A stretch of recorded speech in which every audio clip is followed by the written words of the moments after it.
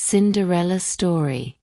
Once upon a time, in a quiet village, there lived a kind and gentle girl named Cinderella.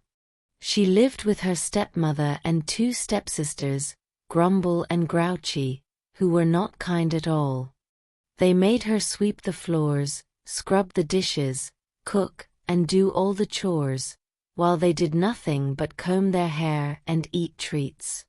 But Cinderella never complained. She was always cheerful and helped everyone.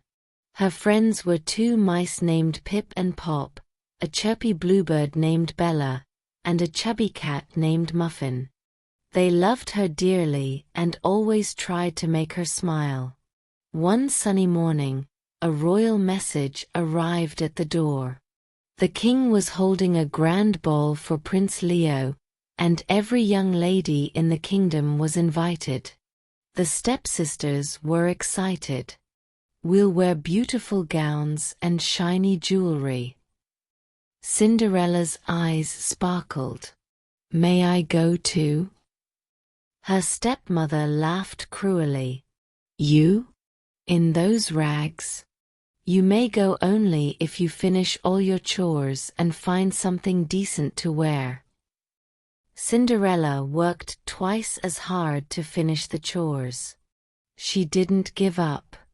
With the help of her animal friends, she started making a dress from bits of ribbon, beads, and fabric they found around the house. Pip and Pop sewed tiny stitches with their little paws. Bella flew in loops, bringing buttons and bows. Muffin even helped untangle a ball of thread, though he did fall asleep halfway through. When they had finished the dress, it wasn't fancy, but it was made with love. When the stepsisters saw her wearing it, their faces twisted in jealousy and anger. "Is that my ribbon?" shouted one. "And those are my beads," cried the other. Before Cinderella could say a word, they tore her dress, pulled the ribbons, and left laughing in their carriage. Cinderella ran to the garden crying. Suddenly, a soft light glowed around her. "Why are you crying, my dear?" asked a voice. It was her fairy godmother. She wore flowers in her hair and smiled kindly. "You've been kind. Tonight, you shall go to the ball." She waved her wand, poof. Cinderella's torn dress turned into a beautiful blue gown. Zap! Her shoes became sparkling glass slippers. Whoosh! A pumpkin became a golden carriage, and the mice turned into horses. "But remember," said the fairy godmother, "this magic ends at midnight." Cinderella nodded happily and climbed into the carriage. When she arrived at the palace, everyone stared. "Who is she?" they whispered. The prince saw her and smiled.